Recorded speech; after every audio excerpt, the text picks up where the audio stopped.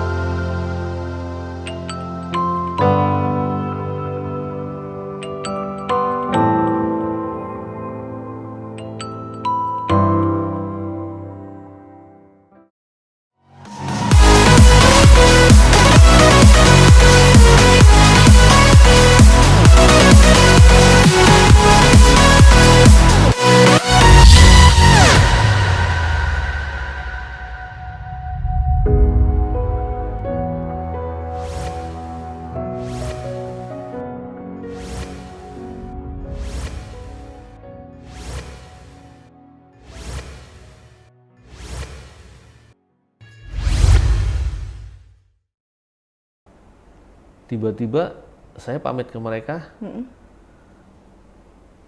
saya berhenti untuk bersama tim melayani. Saya harus ke Jakarta untuk melayani Destination TV. Ya. Nah, kembali lagi kepada tadi perjalanan Mas Heru ya. Tuhan ternyata kasih visi ya seperti itu. Ya. Nah, lambat laun bagaimana teman-teman yang tadinya menghujat, nah sekarang melihat Mas Heru yang sampai saat ini. Ketika ketemu masih ketemu ya? Masih. Beberapa masih ketemu, beberapa sudah pindah keluar kota. Ya. Itu. Ya mereka ya tetap bersyukur akhirnya. Oh, ternyata seperti ini. Iya. Melihat bahwa memang bukan hanya sekedar bekerja ya di sekuler ya. Gitu. Oke. Nah, dari perjalanan Mas Heru nih, kembali Mas. Ketika jauh dari keluarga, ada nggak sih hal yang paling dikangenin ketika sedang syuting di tempat yang jauh? Ya kangen itu pasti ada. Pasti. Apa tapi yang paling dikangenin ketika di dalam keluarga? Ya sebenarnya kumpul bareng sih. Kumpul bareng. Kumpul bareng, jalan bareng. Iya. Itu karena kebersamaan dalam keluarga itu satu hal yang luar biasa. Iya. Itu. Cuman ya saya serahkan semuanya ke beliau kan. Iya. Karena beliau yang ngatur hidup saya. Iya. Jadi apapun yang terjadi saya bersyukur. Gitu. Oke. Ketika sedang ada di tempat yang jauh dalam jangka waktu yang berbulan-bulan lah katakan, walaupun komunikasi sekarang kan lebih mudah ya, Mas ya, lewat telepon, lewat chat gitu. Tapi pastilah Mas Heru sebagai orang tua pasti mungkin ada kepikiran terhadap anak, terhadap istri gitu. Apa yang Mas pernah nggak merasa khawatir, Mas? Enggak. Kenapa, Mas? Karena Tuhan pelihara. Oke. Percaya ya? Ya. Sepenuhnya. Saya sangat-sangat percaya dengan beliau. Jadi Tuhan pelihara. Oke. Itu yang saya dapat. Jangan khawatir. Oke. Dan itu terbukti. Ya. Pada saat gempa Jogja, itu satu hal yang luar biasa kalau saya boleh ceritakan. Ya, ya, silahkan. Itu sebelum saya berangkat ke Papua, saya mau trip ke Papua waktu itu. Saya mau ke trip ke Papua. Itu awal-awal kita jalan luar kota sih. Awal-awal itu masih tahun-tahun pertama. Itu pembayaran dari kantor masih seperti itulah. Ya, oke. Saya cuma pegang duit 100.000. Ya. Saya harus berangkat ke Papua waktu itu 2 bulan. Saya cuma ngomong, Mi, ini ada duit cuma 100.000. Kita bagi 2 ya. Nih 50.000 buat Mami, 50.000 buat Papi, buat ongkos ke Jakarta. Istri saya tanya, terus anak-anak makan apa, Pi? Saya mau berkat Tuhan. Dan puji Tuhan, saya waktu itu trip 2 bulan diperpanjang 15 hari lagi, dan duit 50.000 yang saya tinggalkan, saya pulang, itu masih sisa 800.000 lebih. Hah? Kok bisa? Karena pada saat saya berangkat ke Papua, Iya. nggak lama kemudian gempa Jogja. Oke. Jogja diguncang gempa, Iya.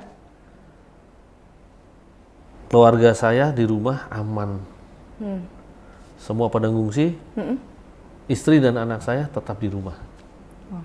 Rumah baik-baik aja ya, Mas? Rumah baik-baik saja, tidak ada barang satupun yang rusak. Wow, luar biasa. TV pun tidak jatuh ke Lantai. lantai. Jadi benar-benar posisi seperti tidak terjadi gempa ya?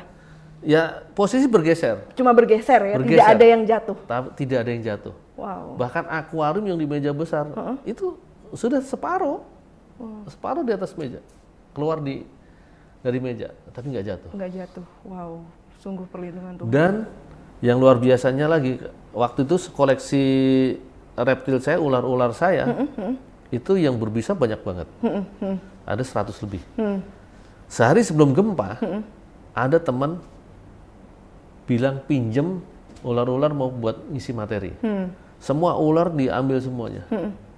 Dan pada saat gempa, di rumah nggak ada ular. Sama sekali. Wah. Kandang rusak, tapi aman. Karena nggak ada Ularnya nggak ada ya. Kandang buaya saya hancur. Heeh.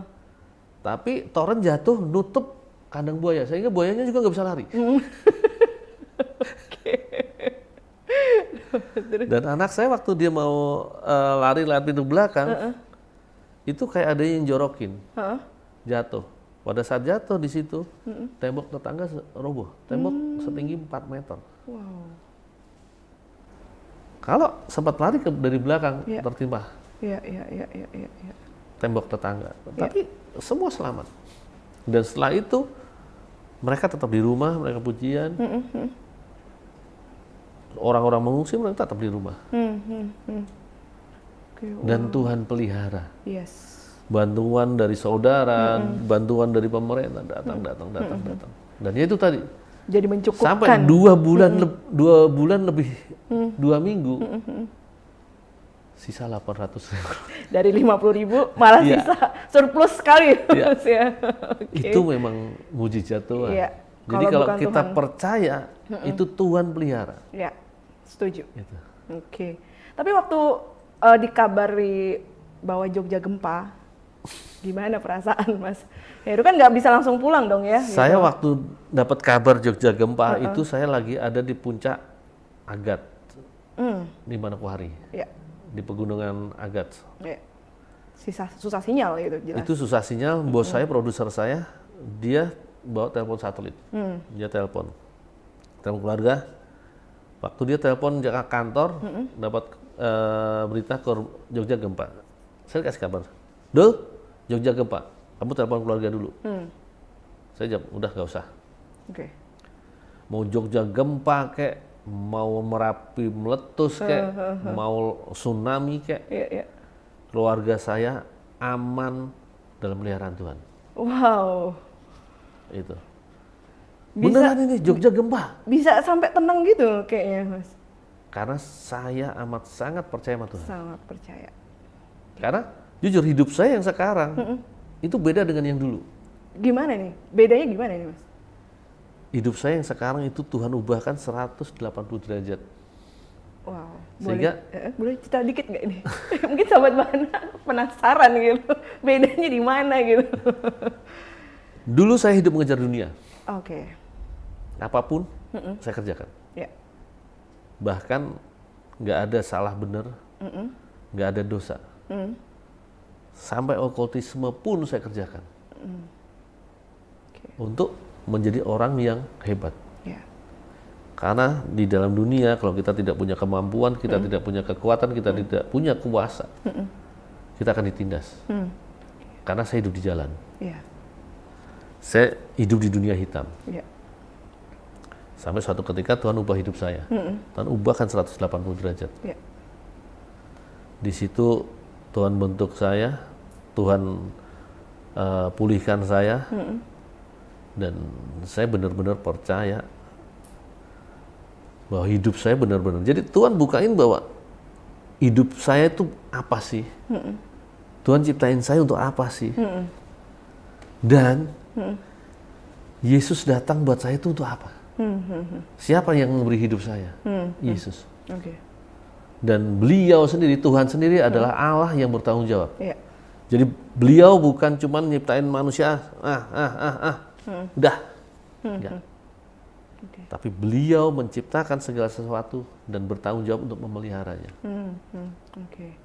Itu boleh tahu nih Mas, pada titik apa akhirnya Mas Heru tuh diubahkan, menyadari bahwa ada maksud Tuhan dalam kehidupan Mas Heru yang mengubah Mas Heru waktu itu? Pada titik kosong. Titik kosong. Jadi setelah kehidupan saya yang seperti itu, satu saat di tahun 97-98 saya sempat ke Kalimantan. Selain mencari ilmu yang lebih tinggi, Ya. Waktu itu tujuannya ke sana untuk itu ya? iya, Oke. sekalian saya melatih kemampuan survival saya. Saya 3 bulan pertama di hutan sendirian, lolos, kemudian tahap kedua 4 bulan, tahap ketiga 6 bulan. Nah, pada saat saya sendirian di dalam hutan di situ, itulah terjadi obrolan antara aku dan aku. Walaupun sebenarnya itu bukan aku dan aku, tapi aku dan dia. Sebenarnya ya? Sebenarnya. Oke. Dari situlah, pulang dari Kalimantan, yang dulu jujur aja, sebelum saya berangkat dari Kalimantan itu, banyak hamba-hamba Tuhan yang nginjilin saya. Saya bisa patahkan semua omongan-omongan mereka. Bahkan mereka bawa ayat-ayat, saya bisa beri ayat yang lebih lagi untuk menolak itu. Oke. Tapi setelah saya pulang dari Kalimantan, saya pulang dari itu, saya bisa ngomong dengan seorang penginjil yang itu jadi ibu angkat saya, ibu rohani saya. Saya bisa ngomong, "Bu, gerejamu mana sih? Tak lihat kayak apa sih gerejamu?" Dia nyebut sebuah gereja. Besoknya, pas waktu itu hari Sabtu, Minggu saya datang. Ya. Datang dengan kesombongan saya. Oke. Tujuannya apa itu Mas waktu itu datang ke gereja? Pengen ngeliat sehebat apa sih Oke. gereja. Jujur aja. Karena saya merasa saya seorang yang luar biasa. Saya orang yang wow. Ajaran-ajaran saya udah pernah dengar semua. Ya. Tapi begitu saya ibadah, dari pertama saya duduk, pujian awal dilantunkan, belum mulai ibadah, Iya. baru pujian awal dilantunkan. Iya. Ada sesuatu yang beda di sini. Tiba-tiba nggak tahu kenapa saya pengen nangis. Di situ dari mulai awal ibadah sampai ibadah selesai nggak berhenti saya nangis. Oke. Saya menangis sampai semua hamba Tuhan coba melayani saya. Hamba Tuhan coba ngangkat saya dari tempat saya sujud di situ. Karena saya sudah tidak duduk di bangku lagi, tapi saya sudah menangis sambil sujud. Hamba Tuhan coba ngangkat saya, nggak ada yang bisa. Oke. Saya coba diangkat, tidak bisa keangkat. Iya. Oke. Dari awal sampai padahal itu saya duduk di depan. Jadi pusat perhatian sekali berarti ya. Saya bisa menangis dari awal sampai selesai. Sampai ibadah selesai saya masih menangis. Setelah itu pendetanya turun, nama Tuhannya turun, selesai. Tiba-tiba saya bisa reda sendiri dan ada sesuatu yang damai. Yang damai. Yang selama ini mungkin nggak dirasain. Iya. Ada sesuatu yang beda dan itu satu kedamaian. Wow. Dan saya langsung nemuin nama Tuhan di situ. Saya minta dibaptis. Oke. Dan waktu itu jujur aja ditolak. Karena? Seorang pendoa syafaat, ketua pendoa syafaat datang. Begitu dia ngelihat saya, dia langsung melompat. Dia teriak, Legiun.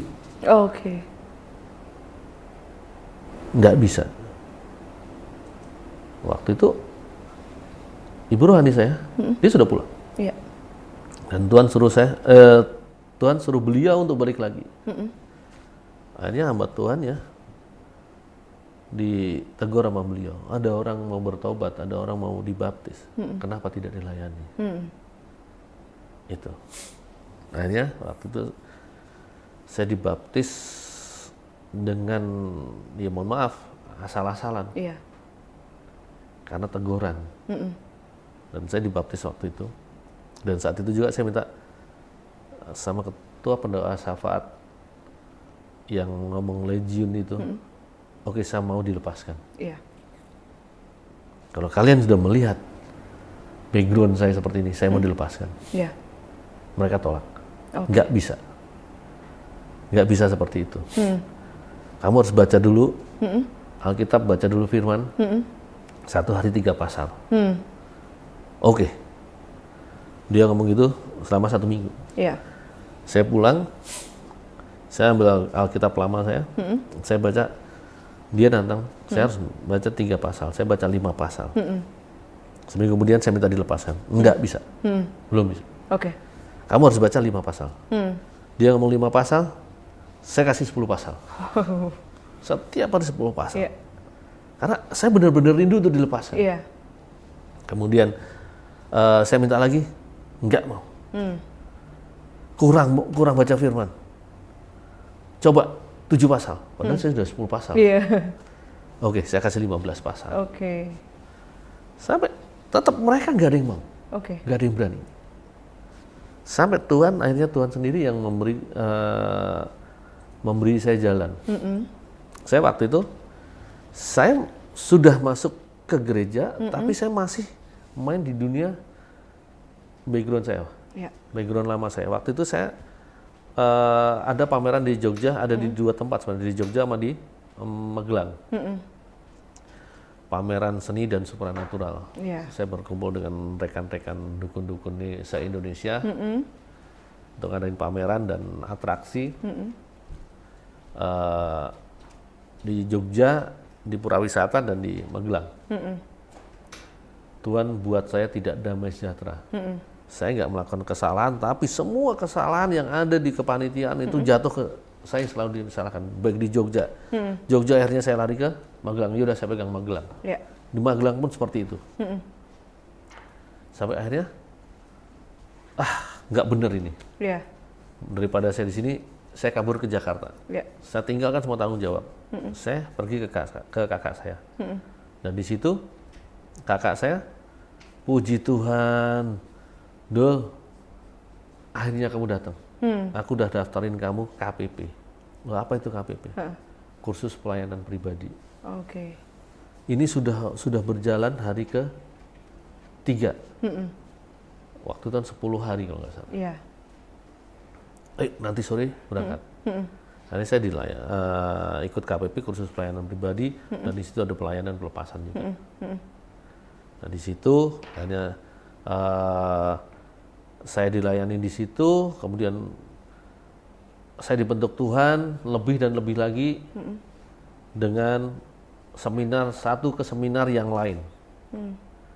Dari ada seminar hamba Tuhan Morris Solilo, ada seminar hamba Tuhan yang lain, di situ. Akhirnya saya dibentuk, di brainwash, benar-benar dicuci, hidup saya diubahkan. Wow. Di situ. Wow, luar biasa. Jadi setelah justru malah Tuhan bawa ke Jakarta dulu ya? Iya. Ke Jakarta dulu. Apa yang paling dirasain setelah mengikuti KPP ya? KPP. Iya, waktu itu. Hidup saya baru. Hidup baru. Iya. Berarti sudah selesai tidak mau mengikuti kehidupan yang lama ya? Iya. Apa yang pertama kali dilakukan setelah pulang dari KPP, Mas? Setelah pulang dari KPP, Tuhan masih bentuk saya dari satu seminar ke seminar yang lain. Itu selama ada 5 bulan. 5 bulan. Saya rally seminar. Dan yang terakhir Tuhan suruh pulang saya ke Jogja. Saya nggak pernah naik pesawat, tiba-tiba saya diberi tiket pesawat untuk pulang ke Jogja. Saya pulang ke Jogja, saya datang ke, waktu itu ada seminar di gereja yang tempat saya beribadah. Saya datang, saya mau memuji, saya memuliakan Tuhan dengan suatu kemewahan sebagai ucapan syukur saya. Saya pakai sepatu, pakai jas, pakai yang saya punya yang terbaik. Iya. Dan di situ orang-orang ngira saya adalah tim dari seminar. Itu yang pertama. Dan orang-orang di sekitar saya, mereka nggak kenal saya. Karena apa? Mereka melihat dari wajah saya bersinar. Wow, ada kemuliaan Tuhan Ada ya. kemuliaan Tuhan di situ. Ya. Dan hari pertama saya ikut seminar di situ dan kemudian Tuhan kasih saya tugas yang lain. Dan akhirnya saya berjalan dalam satu pelayanan yang mengalir. Yang mengalir. Pelayanan pertama apa itu, Mas? Waktu itu. Tuhan waktu itu kasih saya pelayanan yang pertama adalah peperangan rohani. Wow. Tempat strategis. Tempat strategis. Ya. Dari Jogja saya harus ke gua di Laut Selatan, di tempat pertapaan di sana. Saya harus mengurapi di sana, saya harus berdoa di sana, dan saya harus dari Gua Langse. Saya harus berdoa di Gua Langse, mengurapi minyak urapan di sana. Selesai itu saya tidak boleh pulang lewat jalan bener. Saya harus turun ke laut. Wow. Saya harus turun ke laut, saya harus jalan dari tepi laut dengan pujian. Dari Langse sampai ke Samas. Oke. Gelombang besar dan satu pun gelombang besar tidak ada yang menggulung saya. Wow, luar biasa. Itu sendirian ya? Sendirian. Itu. Baru setelah sampai di Samas, saya sujud, saya mengucap syukur, saya berdoa pujian, saya pulang. Dan Tuhan kasih malaikat untuk membawa saya kembali ke Jogja. Oke, wow. Karena setelah saya berdoa, ucapan syukur, pulang Jogja. Ada suara Tuhan di sini, pulang Jogja. Oke, saya pulang Jogja, saya jalan. Jalan kaki? Iya. Dari Samas? Iya. Tapi perasaan baru jalan berapa menit, tiba-tiba udah sampai Jogja. Udah sampai rumah gitu ya? Iya. Oke. Terus setelah itu berarti terus tergabung dalam komunitas ya? Habis itu saya membentuk komunitas bersama ibu rohani saya. Iya. Kemudian banyak. Fokus pelayanannya apa ya waktu itu? Waktu itu pelepasan dan penyembuhan, itu doa penyembuhan. Gitu. Oke. Terus setelah itu? Setelah itu, ya itu. Komunitas berarti setiap hari itu ya? Ya, setiap hari kita doa bersama, kemudian ya Tuhan tunjuk kemana. Tuhan perintahkan harus ke Kulon Progo, ya kita ke Kulon Progo. Tuhan perintahkan kita. Itu kita mengalir. Iya. Walaupun banyak yang nyanyi pelayanan kok seperti itu, yes, terserah. Manut lah pokoknya. Oke. Nah, setelah tidak lagi bersama-sama dengan tim kan, Mas Heru kan akhirnya dengan tim yang baru lah ya gitu, yang jelas fokusnya bukan kepada pelayanan yang seperti sebelumnya. Nah tadi Mas Heru sempat menyebut bahwa ketika mengikuti perjalanan jejak si gundul ini mendoakan tempat, terus juga mendoakan orang sakit ya di ini. Iya. Apa pengalaman ketika selama 15 tahun di daerah-daerah itu yang berkaitan dengan pelayanannya Mas Heru dulu gitu?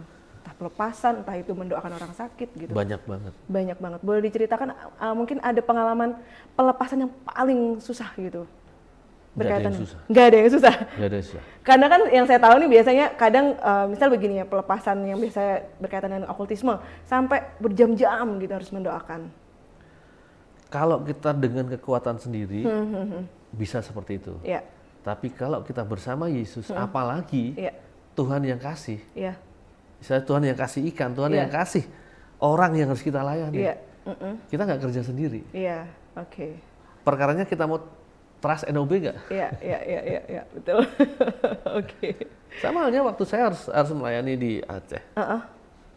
Waktu di Aceh itu seorang dulu driver vendor sana. Itu dia sudah lumpuh. 3 tahun kena stroke. 3 tahun. 3 tahun kena stroke. Iya. Saya lama nggak ketemu dia, 3 tahun itu nggak ketemu. Kemudian saya harus ketemu dia. Waktu saya ke Aceh, iblis mencoba saya tidak datang ke sana. Dengan cara apa nih? Dengan cara menyibukkan saya. Oke. Tapi pada akhirnya di hari-hari terakhir saya harus ketemu. Saya harus ke sana, saya paksain. Kalau kamu nggak mau nganter saya akan naik Kendaraan taksi. sendiri ya, oke. Akhirnya saya diantar ke sana. Begitu saya diantar sana, saya cuman, beliau benar-benar nggak bisa bangun. Begitu saya masuk, shalom Pak Bas, dia kaget langsung.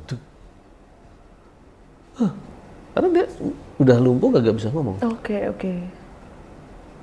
Nggak bisa bangun, biasanya karena dia digendong untuk turun dari tempat tidur. Itu dia bisa, dia tahu saya. Iya. Terus tiba-tiba dia bangun, Wow. dia jalan, dia peluk saya. Luar biasa, padahal 3 tahun 3 lumpuh tahun ya. lumpuh. Nggak bisa ngomong. Iya. Oke. Habis itu saya ngomong, Pak Bas, boleh saya berdoa Iya. buat Pak Bas. Kemudian saya doain. Habis itu dia seneng banget berdiri. Karena wow. Oke. Itu. Dan dia puji Tuhan, sekarang dia juga sudah bisa aktivitas, sudah bisa bawa mobil sendiri. Wow, luar biasa. Kalau bukan Tuhan ya. Itu Tuhan Yesus Yes, yang bekerja. Tuhan Yesus, benar banget. Saya belum sempat berdoa, dia sudah bangun. Iya. Kayak kisah di Alkitab ya jadi. Dan banyak lagi sih. Iya. Jadi Terus? kalau saya bekerja spesifik. Kalau walaupun saya ngeliat orang sakit, kalau Tuhan nggak ngomong saya suruh doain ya wes. Oke. Saya nggak mau cari-cari. Iya. Berarti benar-benar berdasarkan tuntunan Tuhan Iya. Yesus ya. Oke. Itu. Nah, kalau kepada dalaman kan pasti spiritnya berbeda ya, Mas Heru. Pernah nggak diperhadapkan dengan mungkin ketika mau masuk satu daerah ada roh-roh teritorial yang mungkin menghalangi atau bagaimana? Sering. Tapi saya bekerja dengan kuasa. Iya. Semua setan, iblis ada di bawah kaki saya. Mas Heru selalu katakan seperti Iya. itu ya. Oke. Dan semua wilayah yang saya injak itu adalah wilayah saya. Oke. Wilayah pelayanan saya yang Tuhan berikan. Iya. Segala kuasa-kuasa kegelapan hancur. Dan itu terjadi di dalam nama Yesus. Oke. Jadi ya sampai saat ini ya puji Tuhan, saya bukan apa-apa, saya bukan siapa-siapa. Tapi Tuhan Yesus menyertai saya luar biasa. Wow. Yes. Bukan nggak ada serangan, banyak sekali serangan. Dan puji Tuhan selalu lolos, selalu lewat. Selalu diluputkan ya. Selalu diluputkan. Dari serangan-serangan Iya. itu ya. Wow. Berarti bisa dibilang timnya Mas Heru tuh yang sampai hari ini luar biasa ya, beruntung ada Mas Heru gitu ya. Ya, kalau Karena untuk Tuhan tim- ya, itu ya, tentu karena ya. Tuhan itu semuanya. Bukan karena saya, Iya, karena Tuhan betul. Yesus. Oke. Nah, dari ini Mas, selama perjalanan syuting Jejak Si Gundul, pengalaman religius apa sih Mas yang selain tadi diluputkan gitu ya? Yang misalnya salah satunya akan ngalamin kecelakaan selama proses syuting, pasti ada ya yang kejadian-kejadian seperti itu. Tapi ternyata Tuhan tolong dan selamat gitu. Banyak. Jatuh dari pohon misal gitu. Ya kalau jatuh dari pohon, saya sering sekali. Sering ya. Tapi Karena apa yang itu bagian, ya sering sih kayak waktu kecelakaan Mandala. Oke. Itu kita sebenarnya harus naik pesawat itu. Harusnya jadi penumpang ya. Harusnya jadi penumpang itu, tapi tiba-tiba kita harus pulang maju. Oh, oke. Kita pulang maju, harus dari Manado kita sampai Jakarta, saya sampai Jogja, besok pesawat yang kita mau naiki kecelakaan. Oke. Itu. Kemudian di Papua, perahu kita terbalik di kolam di rawa buaya, ya puji Tuhan kita aman-aman aja. Padahal itu situ banyak buaya. Buaya semua, bukan banyak buaya. Bukan banyak lagi ya, buaya semua. Oke. Wow, luar biasa ya. Wah. Nah, terakhir nih Mas dari saya, apa sih nilai-nilai tentang kehidupan yang selama ini bisa dikatakan wisdom lah ya yang Mas Heru dapatkan 15 tahun perjalanan menjadi si gundul? Ya, itu tadi kepercayaan yang saya pegang tadi itu. Iya. Itu saya dapatkan ya dalam kehidupan dan pengertian tentang beliau. Tentang beliau. Hakikat manusia ada beliau di dalam kita. Ya. Setelah kita lahir baru. Sebelum lahir baru dan setelah lahir baru. Sebelum lahir baru pun ada beliau. Iya. Tapi kecil. Iya. Setelah kita lahir baru, beliau yang harus lebih besar. Iya. Jadi manusia itu punya kemampuan yang tak terbatas dan bisa berkembang tanpa batas. Yes. Karena roh yang di dalamku lebih besar dari semua roh yang ada di dunia ini. Yes, setuju. Setuju. Gitu.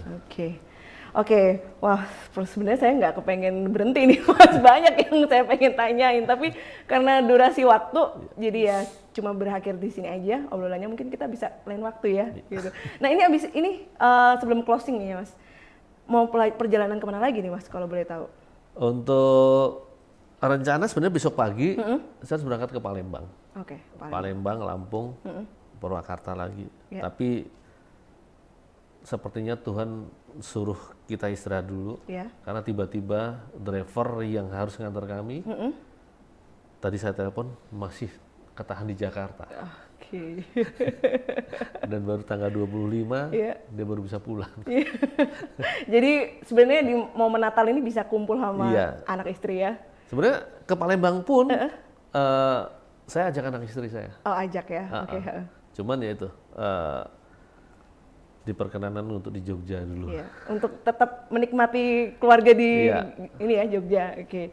Nah, sebagai penutup Mas Heru, boleh sampaikan mungkin closing statement bagi sahabat Bahana. Mungkin yang hari-hari ini juga sedang mengalami pergumulan atau jadi sedang berdoa gitu ya, boleh sampaikan kepada. Ya, buat sahabat Bahana semuanya, yang jelas jangan pernah lupa dengan Tuhan Yesus, karena Tuhan Yesus baik. Apapun masalahmu, datang pada Tuhan, karena beliau sumber solusi, beliau punya dan beliau mampu untuk melepaskan semua beban, untuk melepaskan semua ikatan dan membuat kita damai sejahtera. Jadi jangan pernah tinggalin Yesus. Wow, sebuah pesan yang powerful. Oke. Thank you banget ya Mas Heru sekali lagi, dan sukses buat perjalanan berikutnya. Amin. Dan perjalanan-perjalanan berikutnya, dan tetap terus jadi berkat. Tuhan Amin. Yesus memberkati. Bismillah. Oke. Ya sahabat Bahana, demikianlah obrolan saya bersama Mas Heru dari sosok si gundul yang sangat familiar yang sering kita jumpai di televisi ya. Nah, saya percaya apa yang disampaikan, diceritakan oleh beliau di dalam podcast Karena Dia ini memberkati sahabat Bahana, dan terutama sahabat Bahana yang mungkin hari-hari ini sedang bergumul, sedang merasakan ada di titik nol. Percayalah, itu semua pasti akan memberkati sahabat Bahana. Dan demikian pertemuan kita di episode kali ini, dan saksikan kembali Karena Dia di episode-episode berikutnya dengan narasumber yang luar biasa. Dan demikianlah, sekali lagi, Tuhan Yesus memberkati.